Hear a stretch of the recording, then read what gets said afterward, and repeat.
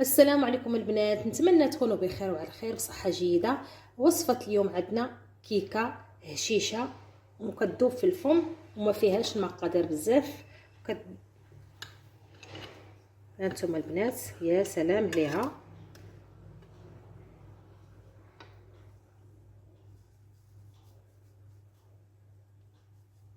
غنعطيكم واحد السر هو اللي كيخليها هشيشه بحال هكايا. ونبداو بسم الله على بركه الله بالمقادير. اول حاجه البنات انا غنبدا. عندي كيس ديال الخميره يعادل ب 15 غرام، وكيس لافاني،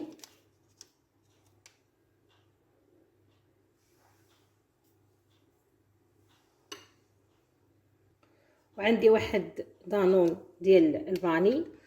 كنزيد عليها واحد الكاس ديال العنبه ديال الزيت، كنزيد واحد كاس مع عامرش ديال السكر ديال كيس العنبه، والاختيار ديالكم على حسب السكر. وعندي هنا 4 البيضات. يعني كنخلط كل شيء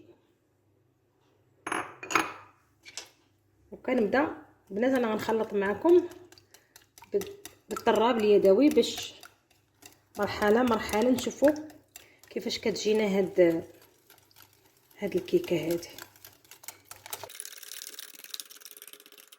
غنبقاو نطربوا تجانسوا لينا كاع العناصر. صدقوني البنات، ديروا هاد المرحله اللي انا قلت لكم وغتشوفوا كيفاش غتجي الكيكه.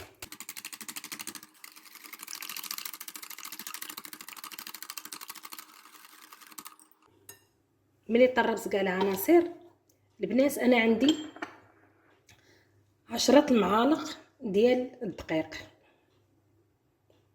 انا نغربلاهم.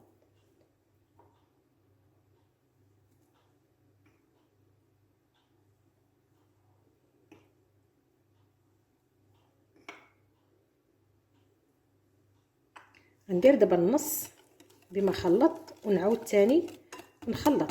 ساهله البنات، ما فيها لا تماره، ما فيها لا حتى حاجه، ما فيها. وانا كندير معكم خطوه بخطوه بالطراب، ما بغيتش ندير الطراب الكهربائي ولا غادي ندير الخلاط.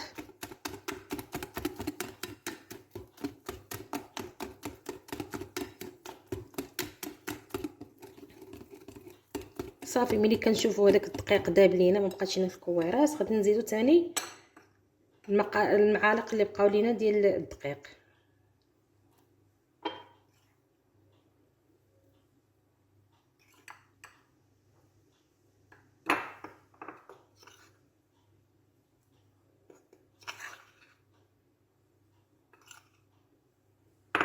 دابا انا هنا كملت 10 المعالق كبار ديال الدقيق.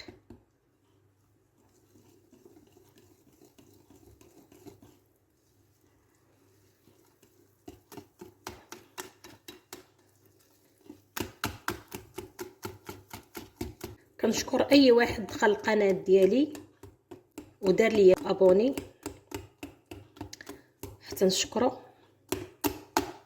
وما تنساوش البنات البارطاج، واي واحد طاح في يديه هاد القناه هادي يدير البارطاج باش كل واحد يستافد. صافي البنات، هذا هو القوام اللي بغيت انا. المكون الاخر البنات باش تجيكم هشيشه وطالعه، عندي 2 معالق ديال الحامض. نعاود فاش غديري الخل، انا كندير الحامض،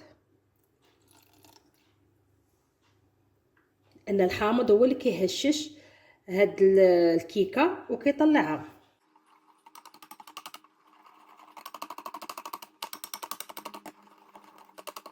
هانتوما باش تعرفوا بانه هو هاد المكون ديال الحامض هو اللي كيصاوب الكيكه. ملي كتديريه على الخليط شوفي كيبدا يعود كيتنفخ. ما بالك اللي دخلتيه في الفران كيفاش كتعود الكيكه كطلع. البنات انا خديت هذا المول هذا، نتوما اي مول عجبكم خذوه ديروا فيه هاد المقادير هذه ديال الكيكه. كندهنوا بشويه الزبده وكندير عليه شويه الدقيق نخويه فيه. البنات انا غادي نديرها في الفران على درجه الحراره واحد 180 مده واحد 35 دقيقه.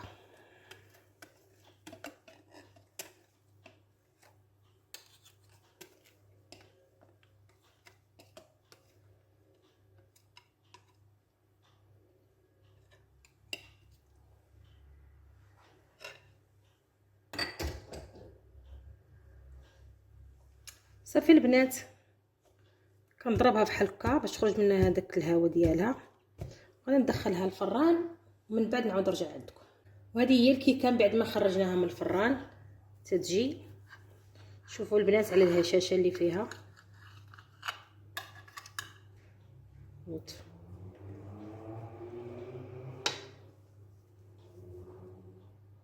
بقى سخونه هشاشه. شو الهشاشه البنات. نتمنى البنات تعجبكم هذه الوصفه هذه، وما تنساوش لايك وابوني، والسلام عليكم.